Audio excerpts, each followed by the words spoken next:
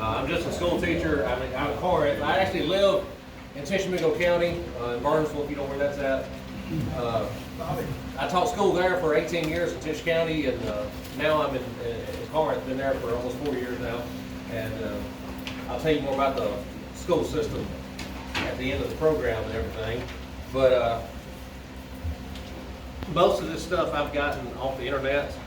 Cleburne's one of those guys that I just really like, and I'll share with you right here while I'm talking. Most of my information comes from these topics here, or these books or whatever. If you've never seen or read Southern by the Grace of God, get you a copy of that. You definitely got to get a copy of that. I don't know if it's in print now or not. And Invisible Hero and Stonewall Jackson, Stonewall of the West are both biographies of Cleburne. And you can get on the American Battlefield Trust, battlefield.org is where some of the pictures and stuff come from. But most all this stuff comes from those sites there. I've not done any extensive research. I've not published anything. I'm just a school teacher that teaches and loves history, and a member of the SCB account, Carl Riders in Corinth. Like I said, I'm from there. I joined up under one of my ancestors. I had two that fought in the 17th Mississippi, that fought in the East. They were one of them actually died during the 7 days, and his son went on, and he was in Gettysburg. He was actually in the peach orchard, which on day 2 was the only area that was broken by the Southern troops. They pierced when sickles came out. They were able to punch through the line right there. The 17th Mississippi and a couple other units right there. So I'm really proud of that. And I had two ancestors on my mom's side that rode with Forrest.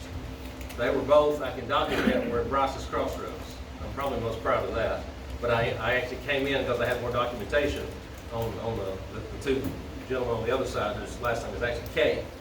But in Cleburne here, he was born in Ireland. And before I get any further with that, I consider Cleburne to be, it's how people say that like marijuana is a gateway drug into hard drugs and stuff like that.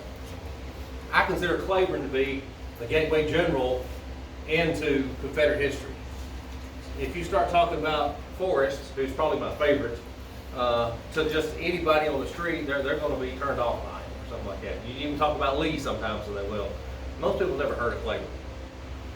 Cleburne's an Irishman who comes over here. He even advocates freeing the slaves, not just to free them, but if they would help fight in the Confederacy, and a few other things like that. And that'll kind of get people perked up and listen to it, and then you can start telling them the truth and say, look, Forrest is not much different from this guy, and then they'll listen to you on that. I've actually been able to do that with a few people.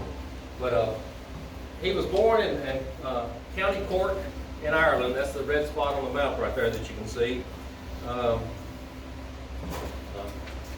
He was born on March the 17th, 1828. If you know anything about March the 17th, that's St. Patrick's Day. So that's a fitting day for an Irishman to be born.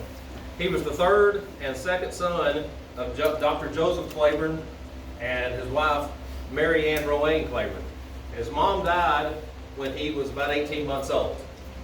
His father died when he was 15 years old. And he was apprenticed for 2 years to be a pharmacist.